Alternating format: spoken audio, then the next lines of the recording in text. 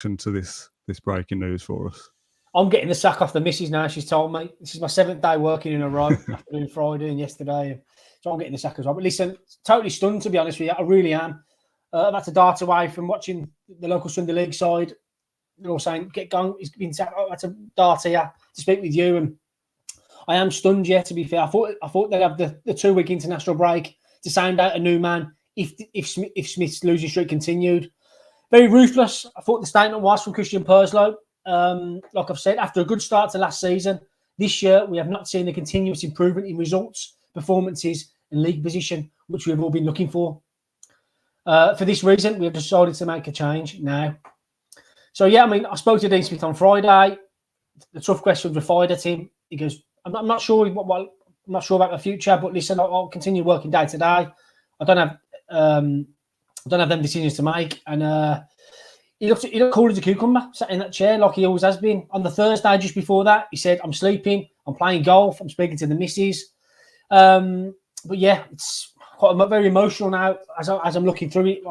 I'm in a bit of a daze, to be fair. I don't know how best to react to it, but I'll be doing a comment piece shortly on it. But yeah, totally stunned. Comments coming in.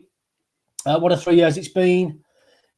Listen, Dan, it's the ruthless business of Premier League. Yeah. It hasn't been good enough for a while, hasn't it? I mean, how are you feeling as a fan, and what's your initial reaction? Well, my first reaction there when you said I don't know how to react to it, I'm not reacting to this in a happy way. I'm not glad. There'll be people who have been saying Smith out for weeks, if not months, that'll be going, yeah, I've finally got what I wanted. I don't feel like that way.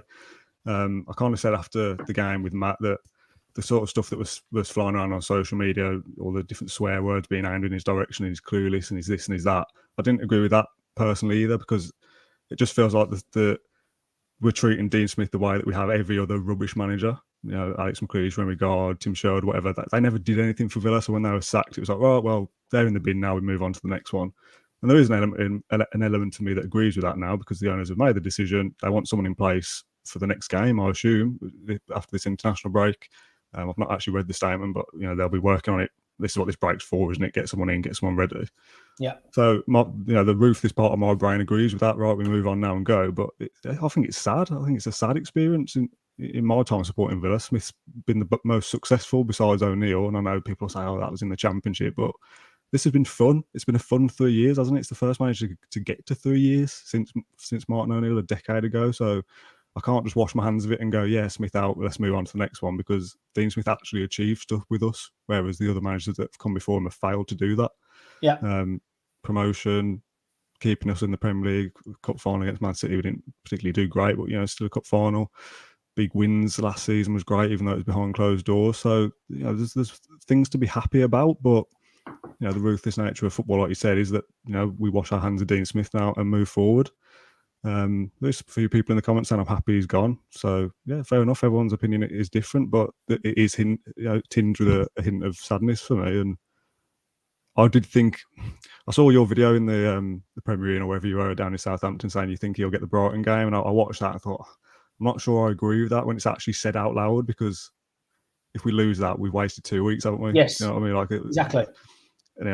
Thankfully for Smith, it never turned sour amongst the fan base. We haven't heard chants of Smith out. There was chants for pro Dean Smith against I can't even remember the last game off the top of my head. How embarrassing. Whoever it was, but it's been Dean Smith's Cartwheel Army, and Dino give us a wave, and it's never been booze and harsh things towards him in the stadium. So if we had gone 3-0 down against Brighton at Villa Park, it would have turned toxic. So I'm glad Smith, for personal reasons as a guy, has never had to go through that. But yeah, there's no sentiment in football, isn't there? So we move on to the next manager, whoever that is, and there'll be loads of questions coming in saying who is that going to be? As of 2:00 Saturday, like you, I've just rushed back. I was in Tesco scanning some milk because I got a few texts in a few different group chats saying, "Oh, Smith's gone." So I've rushed back myself. I don't know as of now who the next manager should be.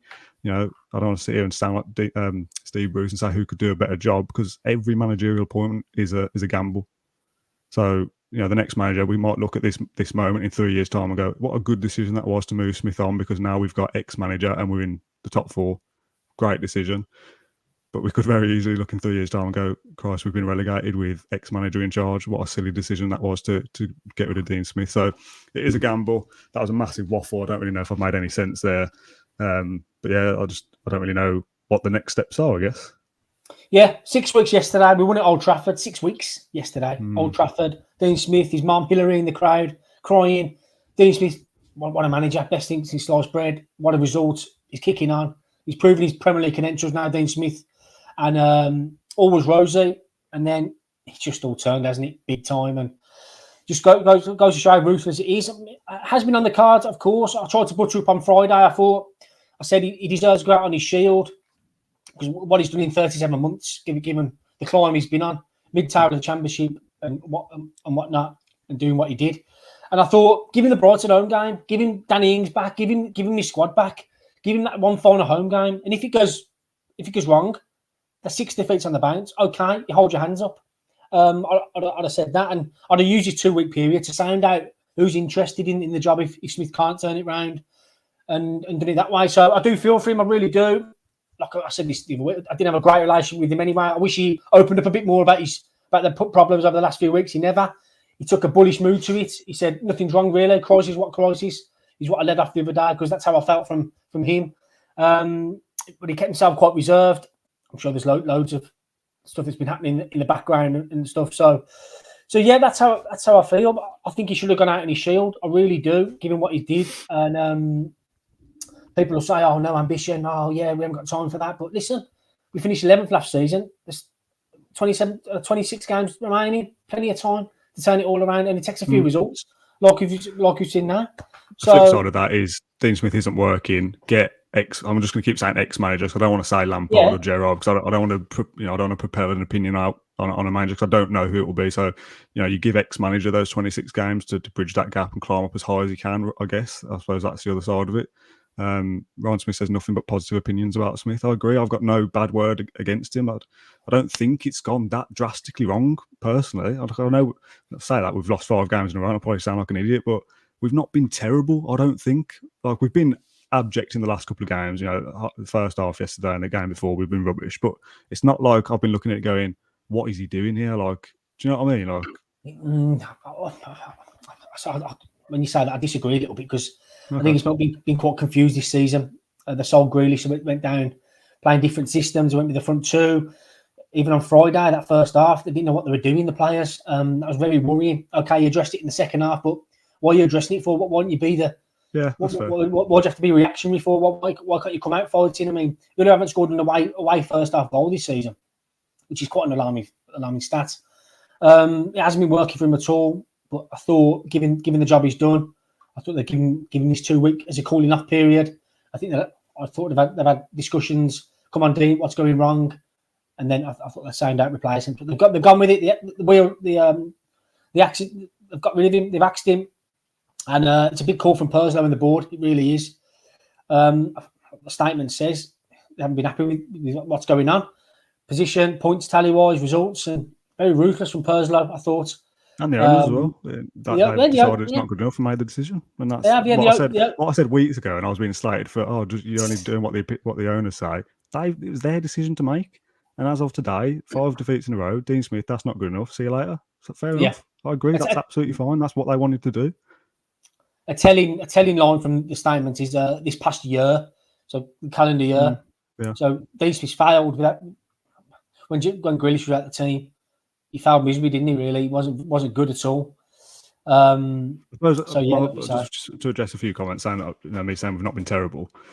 Yeah, the last 5 games have been poor. But like you just said, actually, it was only 6 weeks ago we were all reveling in the win over Man United and that great win against Everton as well. And we'll go, oh, Leon Bailey, what a player! Like, this looks exciting. This team that Smith's building. Like, if we've been terrible all season, I'd just kind of say, yeah, fair enough. We've got 3 points, or whatever. Like, we've clearly shown nothing all season. Last 5 games, yeah, fair enough. We have been terrible. I've said that after every post-match podcast we've done. But you always felt maybe there's a chance that this team and this manager have done things this season, even with the Man United and Everton wins. So it's not impossible to say that they could have turned it around. But like we said yesterday after the game, no, Friday after the game, the players as well. I think the players have let him down. I don't think the players have been good enough in the last 5 games. The attitude's not been right. Saw Matt Target in his post-match interview. I thought he was going to burst into tears at one point. So I'm not saying they don't care, but they just don't look like they're at it. And who's to blame for that? Is it the manager can't get the best out of them? Whatever it is, I don't know. It has been a mess in the last 5 games. But you think, why is this happening? We've just beat Man United. Why can't we take the confidence in beating Man United? Then we go to Spurs and lose, and then throw it away against Wolves, and that first half against Arsenal, the first half against Southampton. It has been poor. You just wonder why you have to get to that stage in the first place, and that probably is the manager's fault. Exactly. But that new manager who comes in 2 weeks' time, whoever that is, has still got an unfit squad to turn it around. The squad that doesn't look anywhere at it at the moment has to find his best formation, exactly, get more the best balance, out of the players. Whatever happens to the coaching staff, I assume they're all going as well. I've not seen anything, but you would assume that the new guy wants to get his own team in. Of course. So this isn't going to be that we turn up against Brighton. Oh, I know you get the new manager bounce, but I don't expect us to be brilliant straight away, and we could still finish 15th this season. So then what? Like, we've got to give the new guy time now, haven't we? I guess. And more money. You want your own players in as well. You're going to have to spend the wider cash again. Really interesting. I'm stunned. I really am, Dan. I thought he'd deserve a little bit more time. I know 5 defeats on the spin, but I thought the issues that he's had to deal with, the COVID, the illnesses, this, that, and the other, I thought that would give him a bit of time to try and get it. But yeah, I mean, Jason just mentioned he's written the season's a write-off. The season's a write-off. It's about stabilising, but you can't tell that. If the new guy comes in and gets his how many games left did you say it was? 26. Yeah, 26. Villa have played 11 now.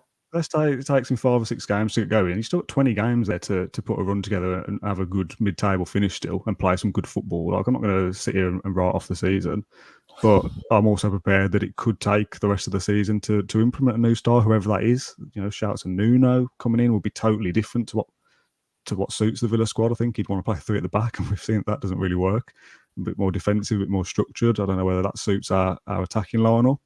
Gerrard, Lampard, Terry, Fonseca, Favre. I don't know. I don't know who I want in. Fazan just said there, who do you want as new manager? I don't know at this point.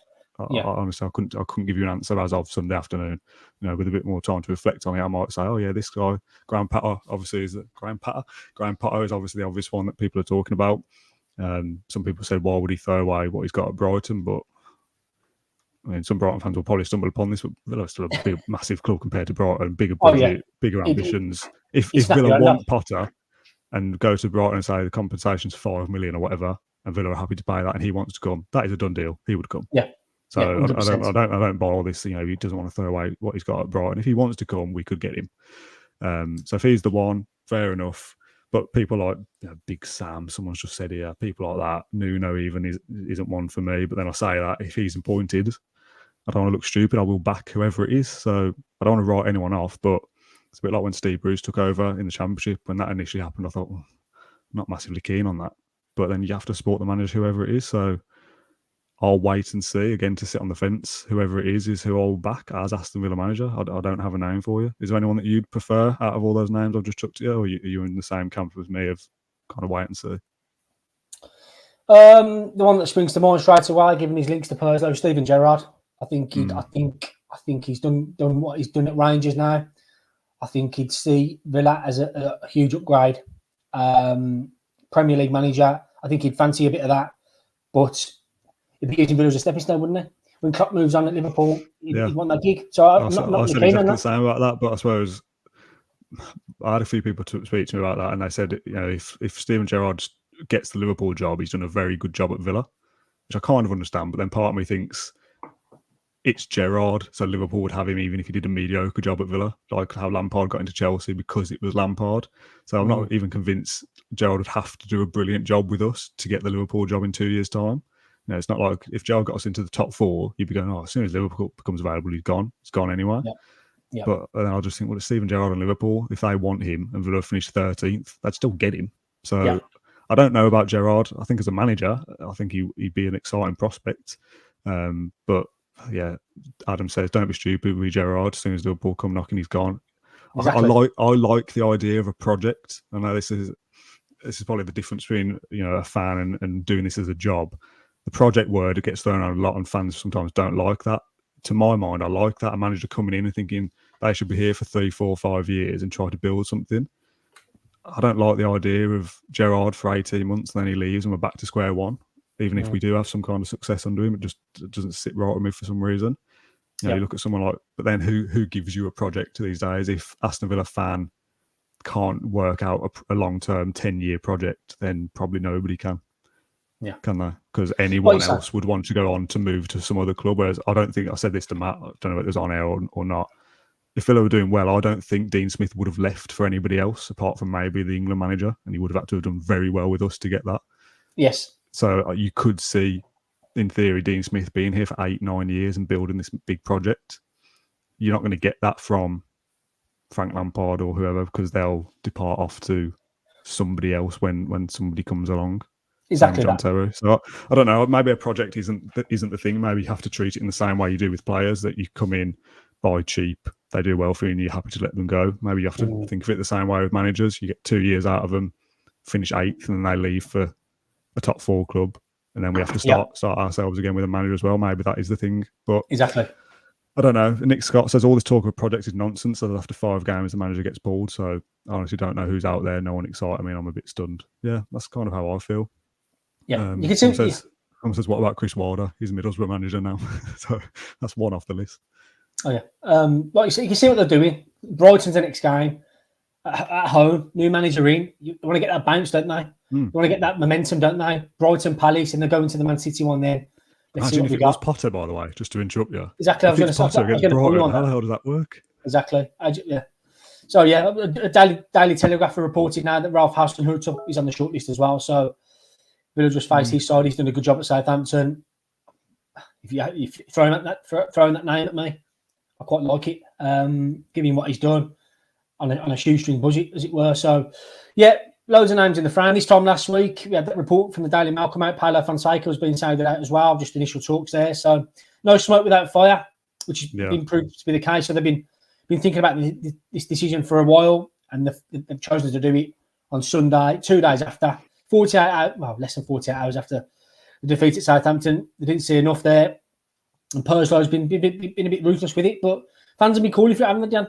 We're not blind to it. Fans have been calling for it. And I think the fans are going back on it now and thinking, oh, it's actually a shame, you know. So pressure's on Perzo now for me. You've got to get this appointment right. Yeah, this has to be spot on. This is a massive appointment. This is the biggest thing they've had to do in their time. Just someone's tweeted the next manager odds up down to 16-1. John Terry is the favourite. Paulo Fonseca, Steven Gerrard, Frank Lampard, Graham Potter, Nuno Espirito Santo, and Daniel Farke.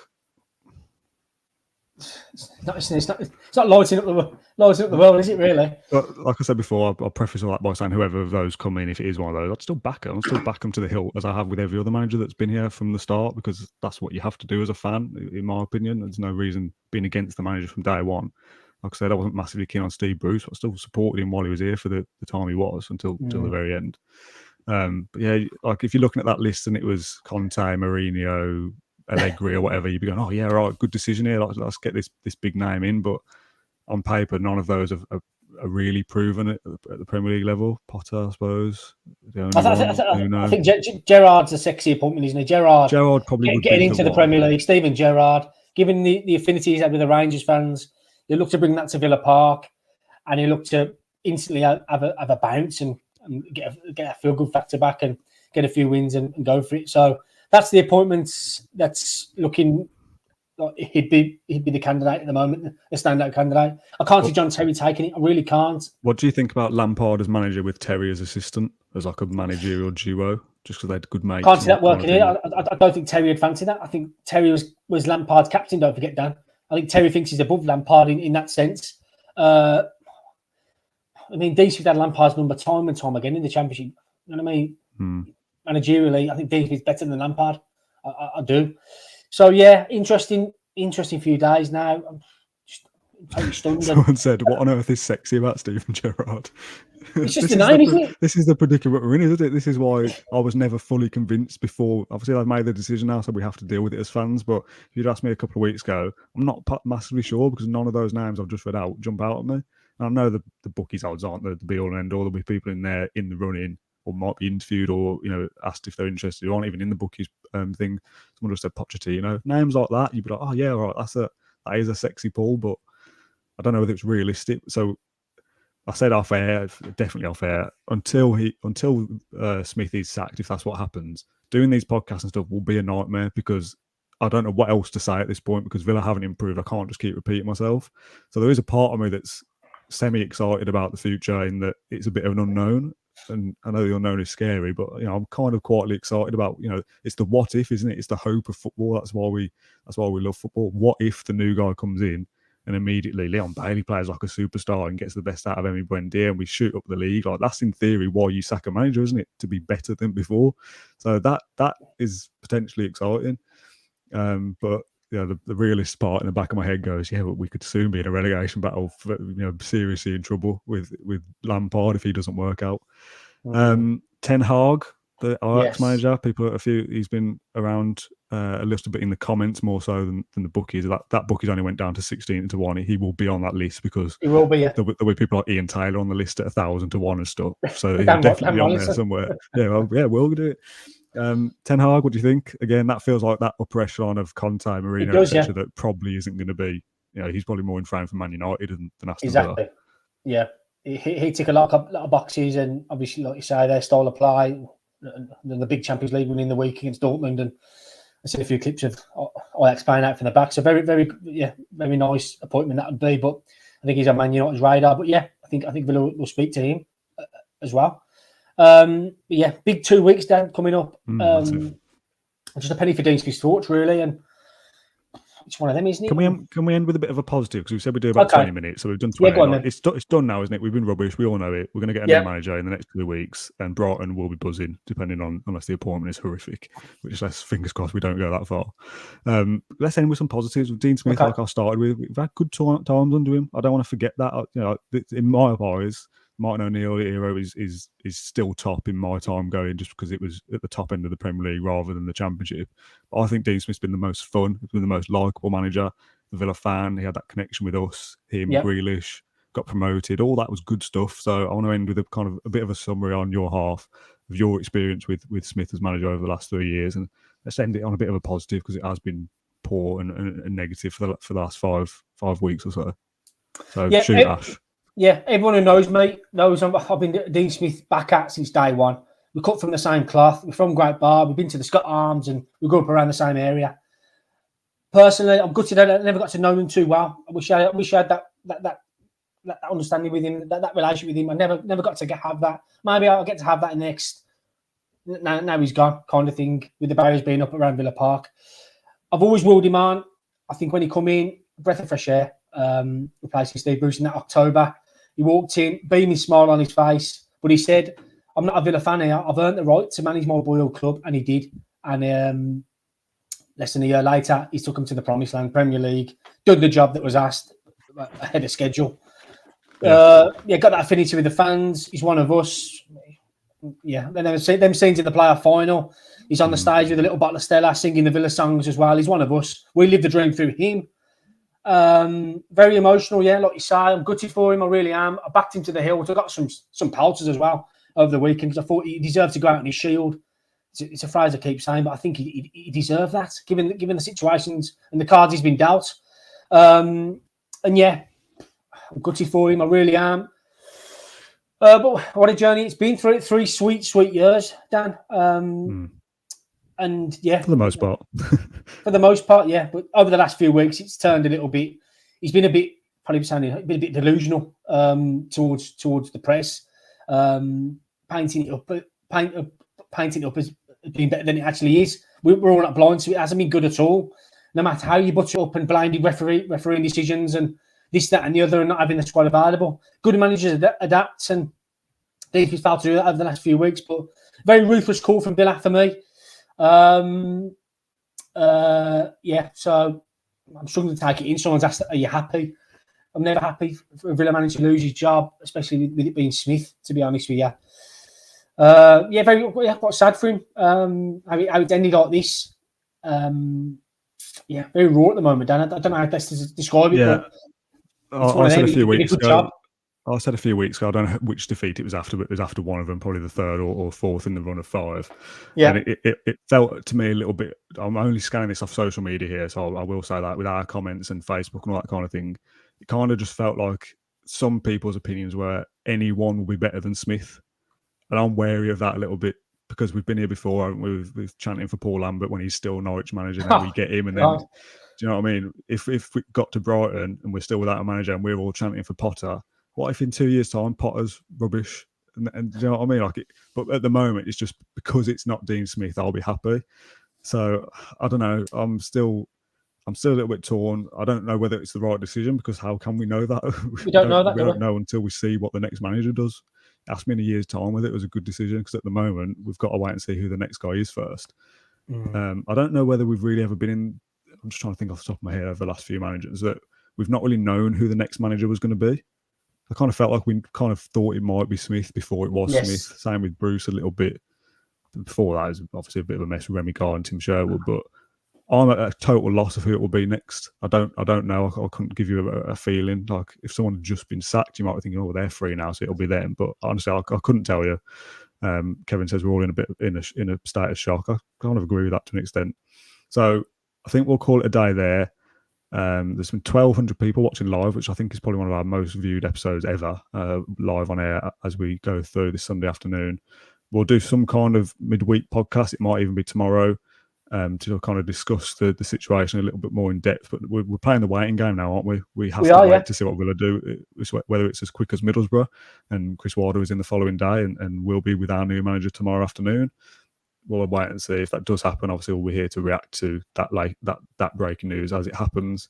But yeah, as of today, we wish Dean Smith well in whatever he does next. I assume he'll get another managerial job somewhere. I don't know whether that'll be, and that'll be a strange matchup when we come up against him at some point, won't it? So, yeah, we'll call it a day there. Thank you very much, Ash, for your time on your 7th day working in a row. Thanks to your missus for letting you come over. Thanks for all the comments. My bags are packed. Don't worry.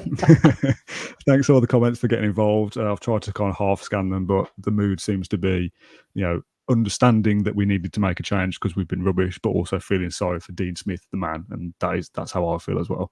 So yeah, thank you everyone for watching. We'll be back in the week with a generic post-match, midweek podcast if nothing's happened, or if a manager is appointed before then. We'll be here to talk about that. So I'll take a breath. Thank you very much, and we'll see you again when something happens. Yeah, thanks all. Cheers. Thank you for listening to Claret and Blue, an Aston Villa podcast. If you enjoyed today's episode, then please do let us know. We love hearing your feedback. We'll be back soon with another episode, but until then, up the Villa.